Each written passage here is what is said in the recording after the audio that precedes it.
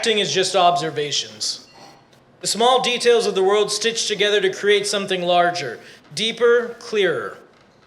Allen's vast works across film, theater, and TV scaled so many genres, the vast number of characters he stitched together. Cicadas 3 was going to be his homeward bound. He was set to lead in the adaptation. Our next story. Tour Time, New York, New York. Written by W.D. Hesser and read by Austin Lloyd Sepulvedo.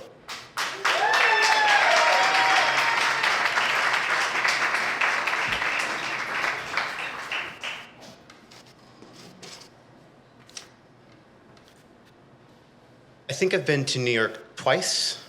First time was in school band. I played trumpet throughout middle school and my freshman year of high school. Middle school was just concert band. You're sitting down on bleachers, learning how to play.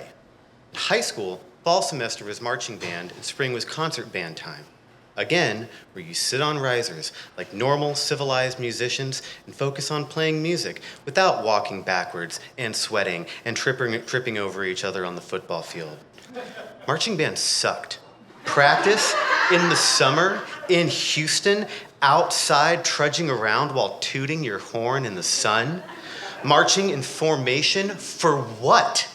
Halftime? Fuck off. Sophomore year, I told my band director I was happy to play in concert band, but I did not want to march. He said, it's all or nothing. So I just stopped playing trumpet. That was it. Damn shame, really. I was no Neil Armstrong or whatever, but I was decent, typically second or third chair. Anyway, each spring the concert band would go out of town for a competition, and once every 4 years, it would be out of state. Reasoning being that if you're in band all 4 years of high school, you'll get to leave Texas once. Well, I lucked out because my freshman year was one of the out-of-state trips, and we were going to New York City. We got on a plane, all of us, which in retrospect, the thought of wrangling some 6 dozen high schoolers through airports in New York City sounds like an absolute chaperoning nightmare. But somehow, we all made it back in one piece. That trip was definitely a planned, curated, kid-friendly glance at New York. We went to a Broadway musical. Which one? I couldn't tell you. I don't remember a lot about it. I was 14. I do remember canoodling with girls, though. Plane ride home is the only time I've ever made out on an airplane, to this day. Also, the first boob I ever touched. What a thrill. Embarrassing sidebar, that boob belonged to a senior clarinet player who was the older sister of a kid I was in Boy Scouts with. Senior in high school, not a senior citizen, BT dub. She was at some scout ceremony a few days after we got back, and we sat together. I was so cringe. I had my arm around her and was probably trying to make out with her in front of everybody and feeling like hot shit. This 14-year-old freshman kid with a senior. Well, all the parents were there, including ours, and boy, did I get a talking to after that. As you might expect, that romance never went anywhere. Anyway, next trip to the Big Apple was also with the band, but in a far different capacity, far. I was with 3 of my close friends in a heavy metal band in our early 20s. We'd been out on a 2-week tour up through the Midwest, and I want to say we had 2 more dates, one somewhere in Pennsylvania and one in New York City.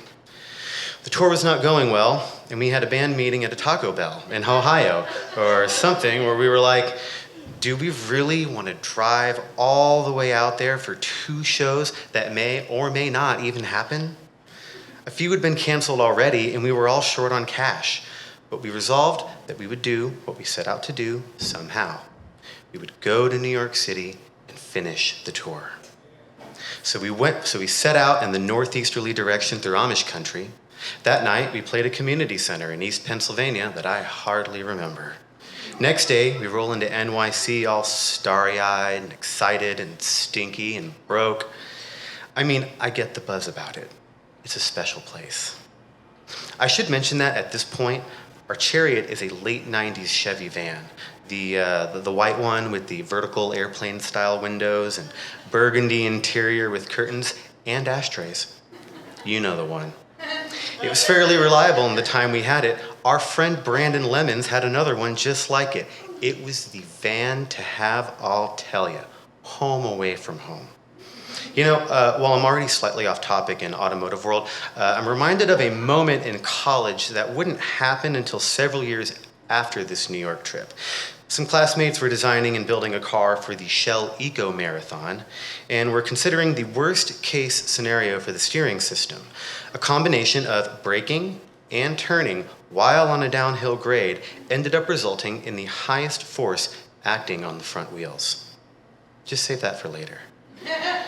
So we're back in New York, circa 2007. We thumb through our 3-ring binder of printed MapQuest directions, and it takes us over the Brooklyn Bridge, which felt kind of special. At the yonder end of the bridge is a tight circular off-ramp that takes you down onto surface streets. We brake, turn, and proceed down the off-ramp when suddenly it's like we're dragging half the van on the concrete. Shit.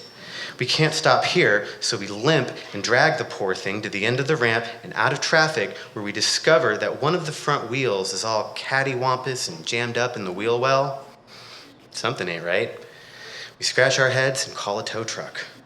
When it arrives, the towman loads it up and says he can only take 2 of us in the cab. There's 4 of us. Lee and Harrison climb in. Ryan and I get to step in. We know the cross streets where the service shop is and a vague indication of how to get there. But this wasn't a destination that we had printed out. These 2 young boys from Texas then proceed to journey through New York on foot, counting street numbers and struggling to figure out where to go. Still, this part felt like the grandest of adventures. That scene that pans along with the main characters as they first experience the city in all its nitty-gritty glory while saxophone plays in the background, certainly through a different lens than the high school band trip. Well, after missing our turn at least once, we find the shop where they dropped the van. It was literally just a gas station with a bay door for oil changes, smack dab in the middle of Brooklyn. The van is full of musical equipment, and our default when we have nowhere to stay is just to simply sleep in the van. You get used to that out on the road, roughing it out on the old dusty trail. Could be worse, really.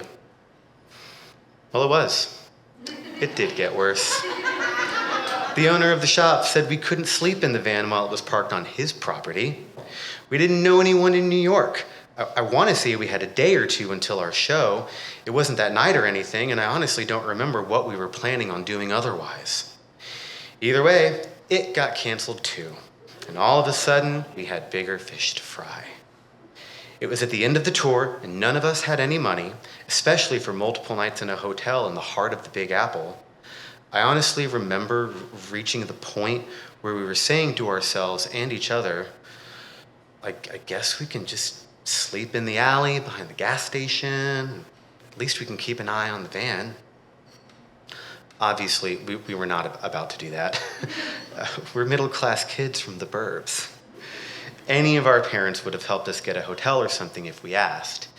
It felt grim, but only in the way that none of us wanted to admit defeat and admit to our families that we were in over our heads. Fortunately, it didn't come to that. Our drummer, Lee, had used AAA to call the tow truck and was reminded that AAA has a policy covering meals and accommodations if you break down away from home. He calls him back, and sure enough, I want to say it was up to $4,000.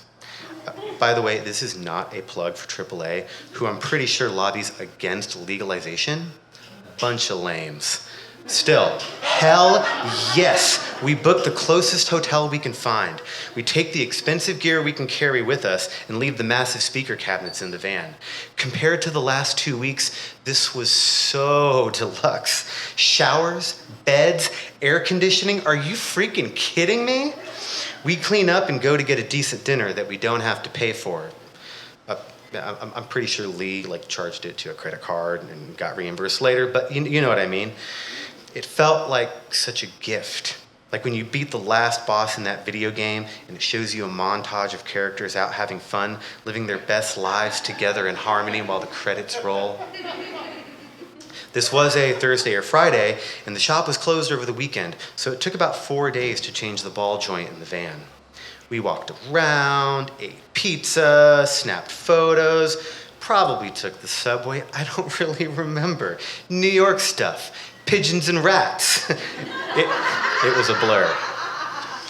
When we got the van back, all of our gear was still there somehow.